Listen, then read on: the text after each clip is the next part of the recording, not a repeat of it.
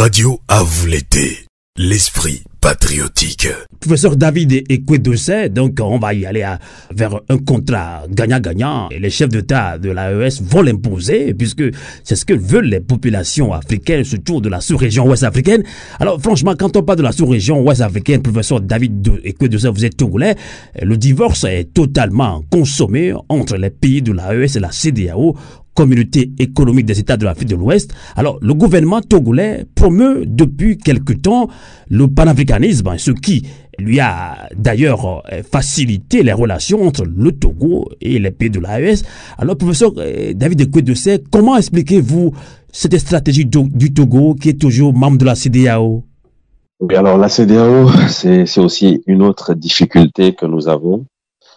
Et nous faisons partie des organisations de la société civile qui militent depuis longtemps pour une réforme de cette institution communautaire.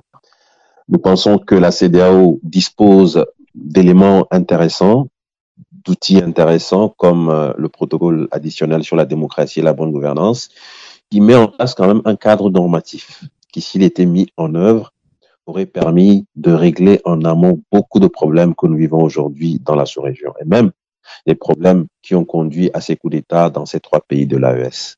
Ayant pendant longtemps travaillé sur ces documents, j'ai cité le protocole additionnel, nous avons pensé qu'il était possible d'améliorer la gouvernance communautaire à travers un renforcement de certains des outils dont dispose la CEDEAO, et c'est comme ça que nous avons appelé à ce que on puisse très rapidement procéder à la réforme du protocole en inscrivant, par exemple, cette disposition qui limite à 2 le nombre de mandats présidentiels.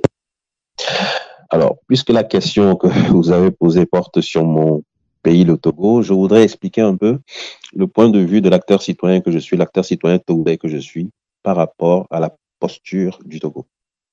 C'est vrai, nous sommes tous d'accord pour dire que l'Occident a, dans le but de préserver ses intérêts, manipulé l'Afrique de l'Ouest pendant des années, et même manipulé certaines institutions communautaires pour que les décisions aillent dans l'avantage des pays occidentaux et de leur population, et aillent malheureusement dans le désavantage, je vais m'exprimer ainsi, des pays africains. Mais cela ne veut pas dire que nous allons dédouaner certains de nos chefs d'État. Il faut être clair là-dessus. Tout le malheur des peuples d'Afrique ne vient pas de l'Occident. Quand je prends le cas du Togo aujourd'hui, c'est un pays, pour reprendre l'expression d'un journaliste, un pays où nous avons un nouveau coup d'État. Nous avons donc au Togo un nouveau coup d'État dans un régime permanent de coup d'État. Ça veut dire qu'au Togo, vous avez, depuis 2005, un président qui est installé, qui est en train de finir son 4e mandat et qui a trouvé cette astuce juridico-politique qui consiste à modifier encore une fois la Constitution. J'ai failli dire à manipuler la Constitution, à tripatouiller la Constitution, tout simplement pour servir ses propres intérêts. Et ses propres intérêts, c'est comment faire pour continuer de conserver le pouvoir au détriment des intérêts du peuple togolais. Voilà donc cette situation qui fait que nous, en tant qu'organisation de la société civile, nous essayons depuis quelques années avec le réseau des organisations citoyennes ouest-africaines de militer et d'œuvrer pour que la CEDEAO comprenne qu'il est temps pour elle de se réformer, d'aller de l'avant, de consolider la démocratie. Parce que si elle ne le fait pas, elle va continuer à décourager les peuples, surtout les jeunesses africaines, qui vont finir par se détourner de ce que nous appelons, entre guillemets, la démocratie, et se tourner peut-être vers d'autres propositions. Et c'est ce que nous sommes en train de vivre aujourd'hui. Alors, donc, je disais, le Togo, aujourd'hui, c'est un régime qui, il faut le dire, de fil de l'opposition antidémocratique en Afrique de l'Ouest. Parce que en 2015, lorsque la CEDEAO a compris quand même qu'il fallait aller de l'avant, mettre en place des principes de démocratie, réformer son protocole, quel est le pays qui s'y opposait? Le Togo, associé à la dictature de Yahya Jammeh. En 2022, il y a quand même des chefs d'État qui pensent que, oui, il faut répondre aux aspirations des peuples. Les peuples ont dit que les chefs d'État qui viennent, qui ne veulent pas partir, qui s'incrustent et qui finissent par détruire leur pays, on n'en veut plus. Il faut une alternance démocratique. Certains chefs d'État essaient en 2022, de nouveau, d'imposer la réforme du protocole. Et de nouveau, le Togo, le tout petit pays, chef de file de l'opposition antidémocratique, s'oppose, cette fois-ci associé à la Côte d'Ivoire et au Sénégal de Macky Sall. Macky Sall, on a bien compris qu'il voulait rester au pouvoir.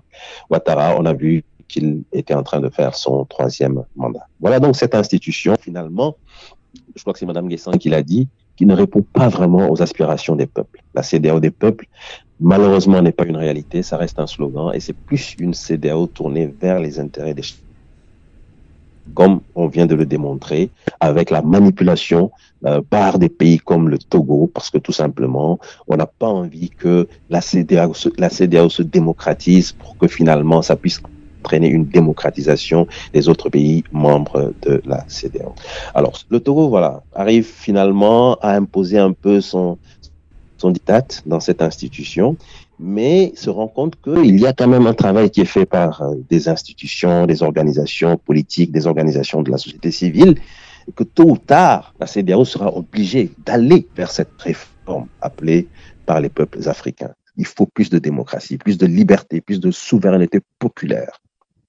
Et le Togo se dit, si on propose une 3e fois cette réforme, est-ce que je vais encore être le seul pays historiquement, parce que historiquement, le Togo est le seul pays à s'y être opposé 2 fois. Est-ce que je vais encore m'opposer une 3e fois? Ça va être très difficile. Et si j'anticipais cette prochaine réforme de la CEDEAO, n'oublions pas que la CEDEAO fête l'année prochaine ses 50 ans, et ça peut être une belle occasion pour la CEDEAO de faire cette réforme tant attendue. Et donc, si j'anticipais en mettant en place une nouvelle constitution, qui limite déjà le mandat présidentiel. Et comme ça, je réponds à l'exigence de limitation qui va sortir de la réforme. Mais je veille à ce que le pouvoir ne soit plus au sein, plutôt entre les mains du président de la République. Donc, je quitte le régime dit présidentiel pour un régime qui sera, je vais l'appeler parlementaire, et le pouvoir sera maintenant entre les mains d'un nouveau poste que je vais créer et que je vais appeler président du Conseil des ministres. Donc, pour résumer, voilà ce pays qui, d'une certaine manière, continue à manipuler sa loi fondamentale, à manipuler l'institution communautaire et qui cherche maintenant à se présenter comme le pays panafricain qui soutient les 3 pays de l'AES. J'espère que personne n'est dupe. J'espère que personne n'est dupe et que, je vais finir là, il faut comprendre que pour le Togo, il s'agit tout simplement de détenir suffisamment de pions en main, suffisamment de cartes, de jokers pour pouvoir influer sur le jeu politique au sein de la communauté. Et c'est ce qui est en train de se faire. Le Togo vient d'être nommé parmi les 2 pays chargés d'aller négocier avec l'AES. Le Togo garde ainsi son joker et sait comment manipuler et jouer sur cette institution pour que cette institution ne puisse pas aller de l'avant, malheureusement. D'accord. Radio à vous l'été. La voix de la résistance africaine.